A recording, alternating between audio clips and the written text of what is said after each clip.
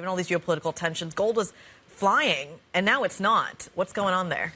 Well, I think the gold story is pretty straightforward. It was a very overpositioned, right? I mean, if we look at our global fund management survey, gold was the most overly positioned asset across the spectrum, right? So everyone was long gold, was the trade.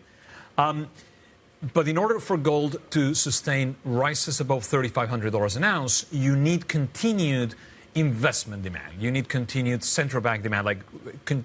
Again, we are up about 5% year on year. We think you need to be 10% and above.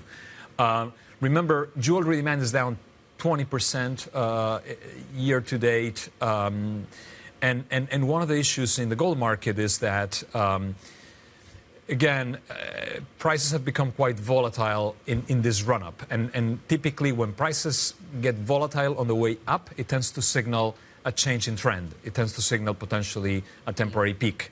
Now, I'm not necessarily bearish longer-term gold. We still like gold in the long run, but we have a $3,500 per ounce target, and we believe for now the peak might be in, and we might have to see another layer of tensions building up from the U.S. Not the case right now. Tensions are coming down on the trade side, as you know. Yep. The China deal on Monday, I think, has been a big relief for markets. So that's, I think, going to put a little bit of downward pressure on gold for a few months, potentially. 35, this chart here, it's not one peak, it's two peaks. You can see it on the screen as well. Right. You've got a double top.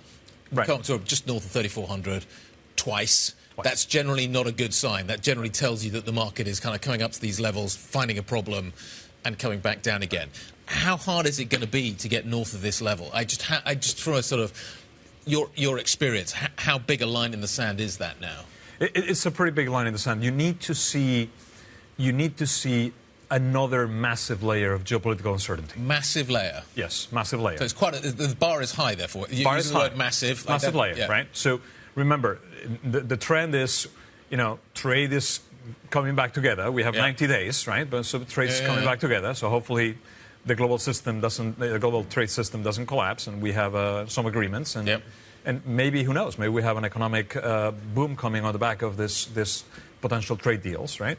A reordering of trade. So it would be bad for gold, good for equities.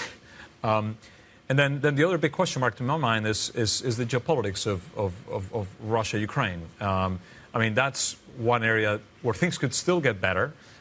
Maybe not this weekend as we were hoping, because we've heard that the Russian delegation doesn't have the seniority that maybe we were expecting. So that's one area where things could get bad again, right? So again, think about U.S. imposing sanctions on Russia or some other layer of pressure. That could be that's kind of what I refer to, right? Yeah. So geopolitical tensions, U.S.-Russia building up. We don't see it right now, but that could be a reason why gold might pick up. So that's an area of geopolitical tension, and that's an area of sanctions focus.